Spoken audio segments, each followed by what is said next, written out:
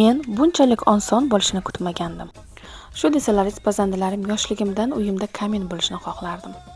Lekin uylarni remont qilish vaqtida bu fikr xato ekanligini tushundim va orzularimdan voz kechmagan holda o'zim korobkadan yasadim.